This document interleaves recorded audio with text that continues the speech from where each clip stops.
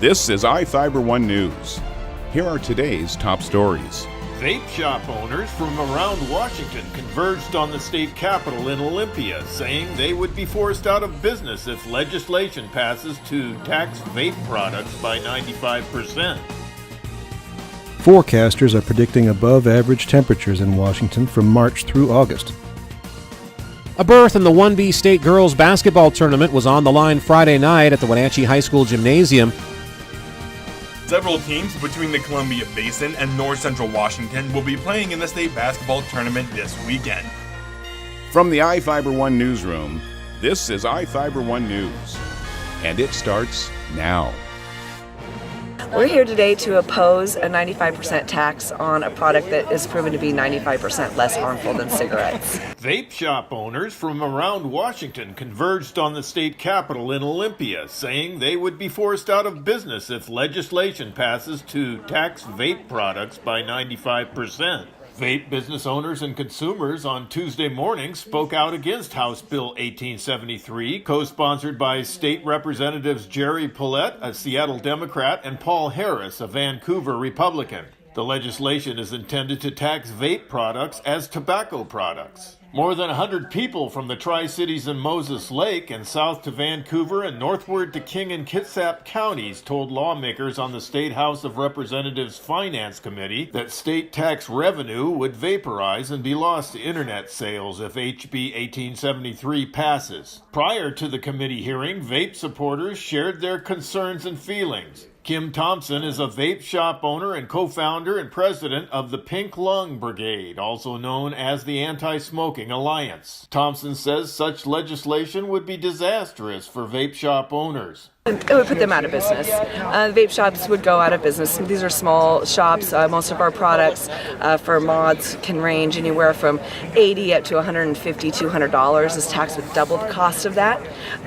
It would cause the e-liquid to, of course, double in price as well. It would drive people either to tribal nations to purchase the product across state borders or online, basically smuggling, black marketing, and potentially do it yourself at the kitchen table, which would be quite scary. Margot Ross, who owns vape shops in Moses Lake and Kennewick, agrees with Thompson that the bill, which comes back every year, is a threat to the vaping industry. This is not a fair bill to business owners, to consumers, to employees. We employ, as small business owners, we have employees that we help support their families. And to put this bill through will kill a lot of businesses. It will unemploy a lot of people.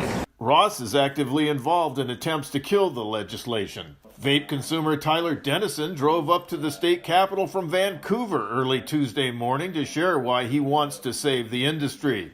I vape because it got me off cigarettes. I love it. I love the community and everything about it. You know, I feel better and hopefully I look better.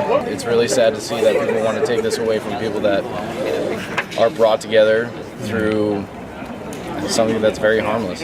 The lead sponsor and co-sponsor of House Bill 1873 explained their positions, which were primarily focused on preventing youth from becoming vape users. I think it's actually a real problem for our youth. They get more nicotine. They don't even know that. This is an interesting fact. 63% of our youth thought that when they were buying a Juul product that had a tricky name on it, they thought that it didn't actually have nicotine in it. All Juul products contain nicotine. So 63% of our youth didn't know that they were actually inhaling nicotine. So I think the idea, in the last couple of years, we've really thought that these devices might help people to quit smoking. Just about 5% actually quit entirely. You will save lives if you adopt a tax and prevent youth access, because it is the surest way of doing it. Secondly, you're going to hear today people saying, Mom stopped smoking on e-cigarettes. Well, I am available for you and a thorough, up-to-date literature survey and strength of evidence report looking at all the evidence on this. And you will actually see that all the evidence shows that it is unlikely that Mom quit smoking. At the state capitol in Olympia, I'm Jeff Chu for iFIBER 1 News. This segment is brought to you by... Change doesn't have to be complicated.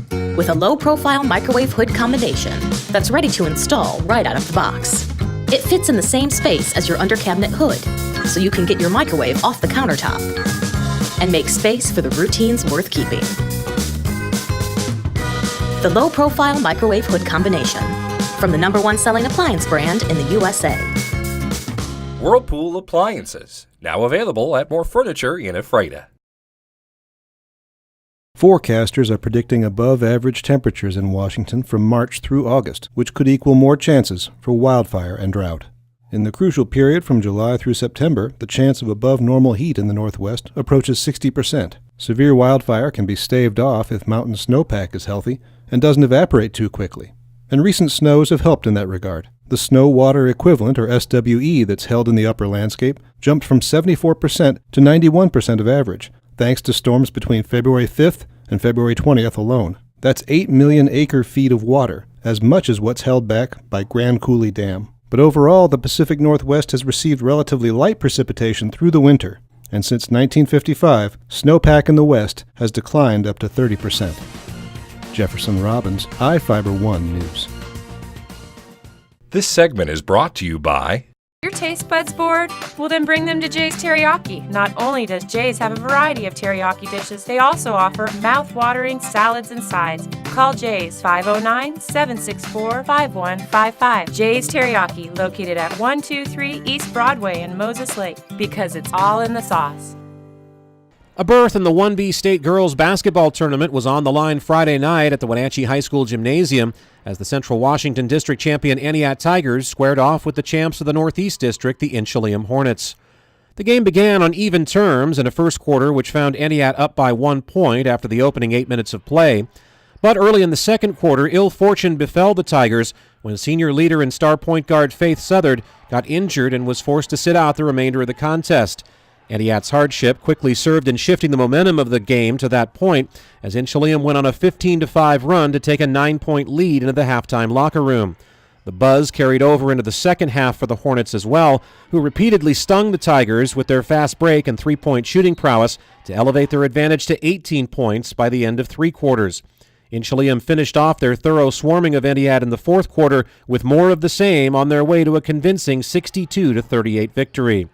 The Hornets' win propelled them to the State 1B tournament in Spokane next week, while the Tigers' loss snapped their 13-game winning streak and ended their season. Reporting for iFIBER 1 Sports, I'm Chris Hansen.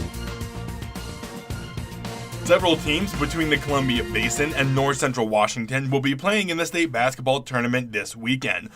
4 local teams will participate in the first round of state this Wednesday in a loser-out game, the winners of which will advance to the double elimination bracket.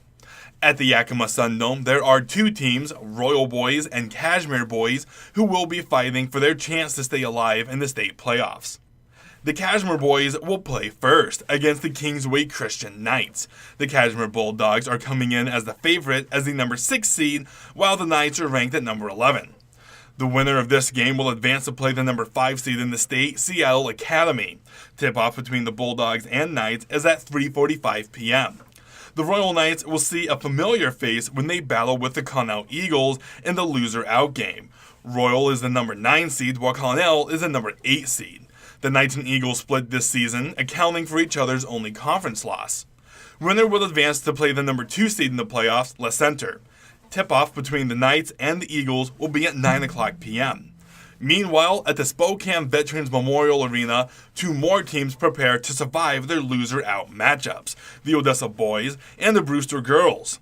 The Odessa Tigers will play first. The Tigers entered the playoffs as the number 2 seed, but after being upset by conference rival Elmira Cooley Heartline, find themselves in the loser-out game. The Tigers are huge favorites over Nia Bay, which comes in as the number 10 seed in the playoffs. Tip-off for the game is at 5:30 p.m., with the winner advancing to play the number 1 seed, Sunnyside Christian. Similar to the Royal Knights, the Brewster Bears are coming in as the number 9 seed and will take on the number 8 seed, Rainier. The game tips off at 9 o'clock p.m., and the winner will advance to play the number 2 team in the state, Tri-City Prep. Kashmir girls, both ACH teams, and Brewster boys have already qualified for the double elimination round and won't start playing until Thursday. This is iFIBER 1 News. For more information on these stories and other news, visit us online at iFiber1.com or check us out on Facebook.